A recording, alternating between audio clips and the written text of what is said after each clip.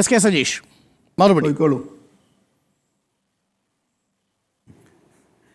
Doctor Arun, ഒരു കാര്യം ഞാൻ ആദ്യത്തെ കാര്യത്തിലേക്ക് തട്ടിത്തടഞ്ഞ് കുറേ സമയം പോയി കളയണമെന്ന് കരുതുന്നില്ല. ഒന്ന്, അമിത്ഷാ പറഞ്ഞത് പച്ച കള്ളമാണ് എന്ന് മലയാളികൾക്കും ലോകത്തിനും അറിയാം. ഒരു റെഡ് അലർട്ട് മുന്നറിയിപ്പ് പോലും ഇതിൻ്റെ ഭാഗമായി വന്നിട്ടില്ല എന്ന് അറിയാം. പിന്നെ കള്ളം പറയുന്ന ആൾക്ക് കൂട്ടു നിൽക്കുന്ന ആൾ അതിനേക്കാൾ വലിയ കള്ളം പറയും എന്നുള്ളതിനെ പറ്റി നമ്മൾ വേറെ ഒന്നും പറഞ്ഞ് ചർച്ച ചെയ്ത് സമയം പോകേണ്ട കാര്യമില്ല. ഇന്ത്യയിലെ ശാസ്ത്രകാരന്മാരെ വിളിച്ച് കേരളത്തിനെതിരായി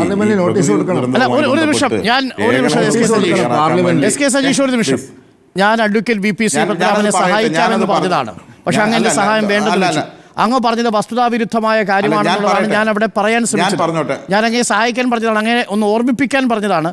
ഈ വിഷയത്തിൽ അവകാശ ലംഘന നോട്ടീസ് കൊടുത്തിട്ടുണ്ട് രാജ്യസഭയിൽ. അത് കൊടുത്തത് ജയറാം രമേശാണ്. കേന്ദ്രം മുന്നറിയിപ്പ് നൽകിയിട്ടും കേരള സർക്കാർ തുടർ നടപടി സ്വീകരിച്ചില്ലെന്ന സഭയിലെ പ്രസ്താവനയിൽ അവകാശ ലംഘന നോട്ടീസ് കൊടുത്തത് ജയറാം രമേശാണ്. ശ്രീ വി പി ശ്രീപത്മനാഭൻ, ഇത് ഞാൻ അങ്ങയുടെ ഓർമ്മയിൽപ്പെടുത്താൻ വന്നപ്പോഴാണ് താങ്കൾക്ക് എന്റെ സഹായം വേണമെന്ന് പറഞ്ഞത്. താങ്കൾ പറഞ്ഞത് വാസ്തവ വിരുദ്ധമാണ്. നോട്ടീസ് കൊടുത്തിട്ടുണ്ട്. രണ്ട്, ഇനി കേൾക്കൂ, ഈ മാസം 23-ാം തീയതി ഈ മാസം 23-ാം, അതായത് ജൂലൈ മാസം 23-ാം തീയതിയും മുന്നറിയിപ്പ് കൊടുത്തിരുന്നുവെന്നാണ് പറയുന്നത്. പക്ഷേ ആ ദിവസം റെഡ് അലേർട്ട് ആ മേഖലയിൽ ഉരുൾപൊട്ടുന്ന സമയം വരെ ഉണ്ടായിരുന്നില്ല. അതാണ് വാസ്തവം. ശ്രീ പത്മനാഭൻ, ഇനി സജീഷ് തുടരാം. എന്തായി ഇങ്ങനെ നോട്ടീസൊക്കെ എന്തായി? തീർച്ചയായും ഞാനതാ പറഞ്ഞത്, വെറുതെ സമയം കളയണ്ട. ശ്രീ പത്മനാഭൻ, ഒരു നിമിഷം. ഓക്കെ, എനിക്ക് പറയാനുള്ളത് ഞാൻ പറയട്ടെ. ഒരു കാര്യം, ഇതൊന്നും മലയാളികളെ ബോധ്യപ്പെടുത്തേണ്ട കാര്യമില്ല. ഞാനതാണ് പറഞ്ഞത്.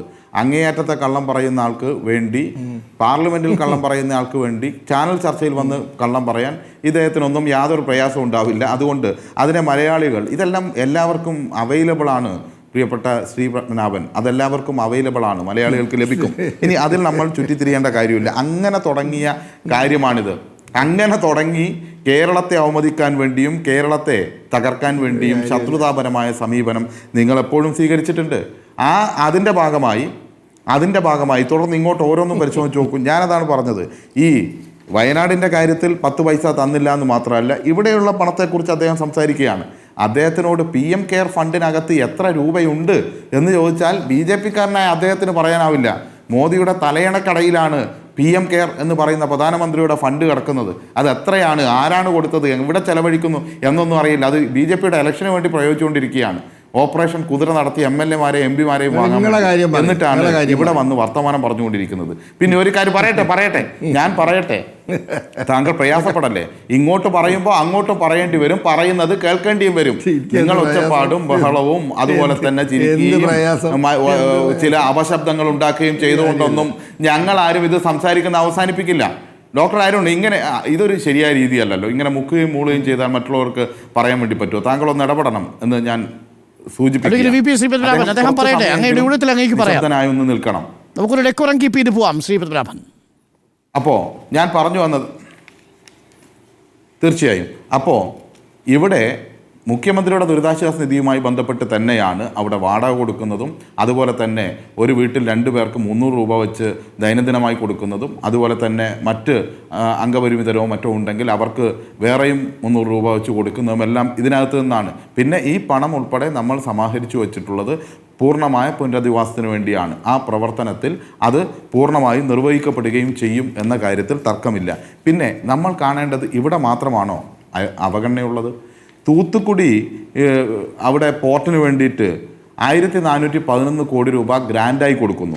ഇവിടെ കേരളത്തിൽ വിഴിഞ്ഞം വരുമ്പോൾ അതിൽ 917.80 കോടി രൂപ എന്താണ് കടമായിട്ടാണ്, ലോണായിട്ടാണ് ശരിക്കണം. അത് ഗ്രാൻഡ് അല്ല. ഈ VGF-ന്റെ 817.80 കോടി രൂപ കേന്ദ്ര സർക്കാരിൻ്റെ വിഹിതം, അത് ഗ്രാൻഡായിട്ടല്ല, അത് 80, അത് ഗ്രാൻഡായിട്ടല്ല, കടമായിട്ട് അടയ്ക്കണമെന്നാണ് പറയുന്നത്. അവിടെ നമ്മൾ കാണേണ്ടത്, ഈ VGF-ന്റെ കാര്യത്തിൽ അങ്ങനെ ഒരു മാനദണ്ഡം ഇന്നേ വരെ ഉണ്ടായിട്ടില്ല എന്ന് മാത്രമല്ല, അവിടെ കേരളവും കേന്ദ്രവും ഈ വിഹിതം എടുക്കുന്നുണ്ട്. കേരളവും വിഹിതം എടുക്കുമ്പോൾ 817.80 കോടി രൂപ കേന്ദ്രവും 817.20 കോടി രൂപ സംസ്ഥാനവും മാറ്റിവെക്കുമ്പോൾ, അത് മാറ്റിവെക്കുന്നതിൽ സംസ്ഥാനം അത് കടമായിട്ട് അല്ല കാണുന്നത്, സംസ്ഥാനം അത് പ്രയോഗിക്കുന്നു. മാത്രവുമല്ല, കരാറുണ്ടാക്കുന്നത്, ഈ തുക നൽകാൻ കരാറുണ്ടാക്കുന്ന ആരുമായിട്ടാണ്? അദാനിയുമായി കേന്ദ്ര സർക്കാർ കരാറുണ്ടാക്കുന്നു, തുക നൽകുന്ന ബാങ്കുമായി കരാറുണ്ടാക്കുന്നു. കേരളം ഉണ്ടാക്കി കൊടുക്കേണ്ട കരാർ എന്താണ്? ഈ കരാറിൻ്റെ ഭാഗമായിട്ടുള്ള പണം തിരിച്ചടക്കാൻ കേരള സർക്കാർ കരാർ കൊടുക്കണമെന്നാണ് പറഞ്ഞുകൊണ്ടിരിക്കുന്നത്. വിചിത്രമായ രീതിയിൽ ഇതെല്ലാം നമ്മൾ കാണുകയല്ലേ. വിചിത്രമായ നിബന്ധനകൾ മാത്രം വെച്ചുകൊണ്ട് ഈ നമ്മുടെ വിഴിഞ്ഞം പദ്ധതിക്ക് 10 പൈസ ഇതുവരെ തരാതെ ഈ പറഞ്ഞ കടമാക്കി അതിൻ്റെ പലിശ വാങ്ങി 12,000 കോടി രൂപ കൈക്കലാക്കാനും മാത്രവുമല്ല 20% ലാഭവും കിട്ടണം എന്ന് പറഞ്ഞു വരുന്ന ഇവർക്ക് കേരളത്തോട് സ്നേഹവാത്സല്യം പൊട്ടിയൊഴുകുകയാണ് എന്നാണോ മലയാളികൾ കരുതേണ്ടത്? ഇവിടെ വിദ്യാഭ്യാസം മെച്ചപ്പെട്ടതാണ്, അതുകൊണ്ട് കേരളത്തിലെ വിദ്യാഭ്യാസ മേഖലയിലേക്ക് ഫണ്ട് തരുന്നില്ല. കേരളത്തിലെ ആരോഗ്യ മേഖല മെച്ചപ്പെട്ടതാണ്, അതുകൊണ്ട് കേരളത്തിന് ഫണ്ടില്ല. നമുക്ക് ദേശീയപാത നിർവഹിക്കണമെങ്കിൽ ഭൂമി ഏറ്റെടുക്കാൻ 5,900 കോടി രൂപ നമ്മൾ കൊടുക്കണം. എന്തെങ്കിലും കാര്യത്തിൽ മറ്റ് സംസ്ഥാനങ്ങൾ കൊടുക്കുന്ന പോലെ ഏതെങ്കിലും ഒരു ചെറിയ വിഹിതം കേരളത്തിന് കിട്ടുകയാണെങ്കിൽ മൾട്ടി കളർ ഫോട്ടോ വീടിൻ്റെ മുന്നിലും സകല സ്ഥലത്തും മോഡിയുടേത് പ്രചരിപ്പിക്കണം. ഇതെന്ത് ന്യായമാണ്? കേരളം ഇന്ത്യയിലെ ഒരു സംസ്ഥാനമല്ലേ? ഫെഡറൽ സംവിധാനത്തിൻ്റെ ഭാഗമായിട്ടല്ലേ നിൽക്കുന്നത്? നേരത്തെ ശ്രീപത്മനാഭൻ പറഞ്ഞല്ലോ, ഇവിടത്തേക്ക് സഹായം മറ്റു പല സംസ്ഥാനങ്ങളും നൽകിയിട്ടുണ്ട്. കേരളവും മറ്റു പലരെയും സഹായിച്ചിട്ടുണ്ട്. അവിടെ രാഷ്ട്രീയം നോക്കിയിട്ടില്ല. ഹിമാചലിലും മറ്റു സ്ഥലത്തും ഒക്കെ പ്രതിസന്ധി ഉണ്ടായപ്പോൾ നമ്മളും അങ്ങോട്ടും കൊടുത്തിട്ടുണ്ട്. കാരണം നമ്മൾ ഇന്ത്യക്കാരാണ്. ഇന്ത്യയുടെ ഏത് കോണിനകത്ത് ഏത് മനുഷ്യൻ പ്രയാസം അനുഭവിക്കുമ്പോഴും പരസ്പരം സഹായിക്കേണ്ട ഉത്തരവാദിത്വമുണ്ട്. ആ ഉത്തരവാദിത്വം കേന്ദ്ര സർക്കാരിന് ഇല്ലാതെ പോകുന്നു എന്നതാണ് നാം ചർച്ച ചെയ്തുകൊണ്ടിരിക്കുന്ന വിഷയം. അതുകൊണ്ട് മറ്റുള്ളവരെ പുച്ഛിച്ചാലോ മറ്റുള്ളവർക്കെതിരെ കാര്യം പറഞ്ഞാലോ നടക്കില്ല. പിന്നെ ഷാഫി ചാലിയും പറഞ്ഞ 1-2 കാര്യങ്ങൾ കൂടി ലളിതമായി സൂചിപ്പിച്ചു പോകണം. ഇവിടെ ഈ ചോദ്യം ചോദിച്ചപ്പോൾ BJPയുടെ പ്രതിനിധി മറുപടിയായി പറഞ്ഞത് സിദ്ധരാമയ്യയുടെ കാര്യമാണ് എന്ന് താങ്കൾ തന്നെ സൂചിപ്പിച്ചു. അതാണ് ഞാൻ പറഞ്ഞ ആർഗ്യുമെൻറ്റും. ആ മറുപടി പറയാൻ പറ്റുന്ന രീതിയിൽ അത് മാറ്റിയെടുത്തു. അത് ആവശ്യമുണ്ടായിരുന്നോ എന്നാണ് സ്വയം ചിന്തിക്കേണ്ടത്.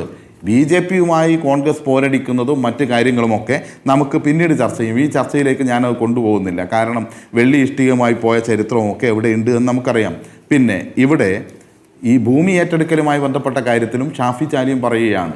അവിടെ ഞാൻ നേരത്തെ പറഞ്ഞു, വിശദാംശങ്ങളിലേക്ക് ഇനി ഞാൻ പോകുന്നില്ല. 30 സ്ഥലങ്ങൾ ഉരുൾപൊട്ടൽ പ്രശ്നങ്ങളില്ലാത്ത ലിറ്റിഗേഷനുള്ള ഭൂമിയാണ് സർക്കാർ ഏറ്റെടുത്തത്. അത് കേസിലും കൂട്ടത്തിലും പെടില്ലേ എന്നറിയില്ലേ എന്നാണ് ഷാഫി ചാലിയും ചോദിച്ചത്. അതാണ് പ്രതിപക്ഷം ചോദിക്കുന്നത്. Thank you Arun. ആ ചോദ്യം ഒരു പക്ഷേ താങ്കൾ ചോദിച്ചില്ലായിരുന്നെങ്കിൽ എൻ്റെ ഉത്തരത്തിനിടയിൽ ചിലപ്പോൾ വിട്ടുപോയേനെ.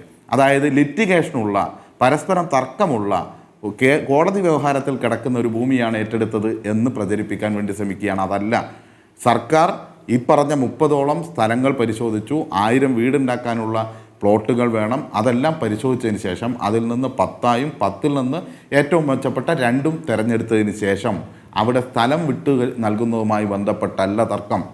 അവിടെ കോടതിയിലേക്ക് അവർ പോയത് അവർക്ക് കുറച്ചുകൂടി കോമ്പൻസേഷൻ ലഭിക്കണമെന്ന് പറഞ്ഞിട്ടാണ്. അവിടെ സംസ്ഥാന സർക്കാർ പറഞ്ഞത് ആ പണം ഞങ്ങൾ കോടതിയിൽ കെട്ടിവെക്കാൻ വേണ്ടി തയ്യാറാണ്, ഞങ്ങൾക്കിപ്പോൾ സ്ഥലത്തിൻ്റെ പൊസഷൻ തന്നാൽ മതി, ഇവിടെ ഇത് നിർമ്മിക്കാനുള്ള പൊസഷൻ തന്നാൽ മതി, അതിൻ്റെ ഉടമസ്ഥാവകാശം തൽക്കാലം നൽകിയാൽ മതി, പണം എത്രയാണെങ്കിലും കൊടുക്കാൻ തയ്യാറാണ്. പക്ഷേ അത് ഏതെങ്കിലും രീതിയിൽ ഇവർക്ക് കൂടുതൽ പണം കൊടുത്തു എന്ന് നമ്മുടെ പ്രതിപക്ഷ നേതാവ് ശ്രീ VD സതീശനൊക്കെ അല്ലേ നാളെ പറഞ്ഞു കളയില്ലേ? അവർ ചോദിച്ച പണം അങ്ങനെ അങ്ങ് കൊടുത്തു, എത്രയാണ് കൊടുക്കേണ്ടതെന്ന്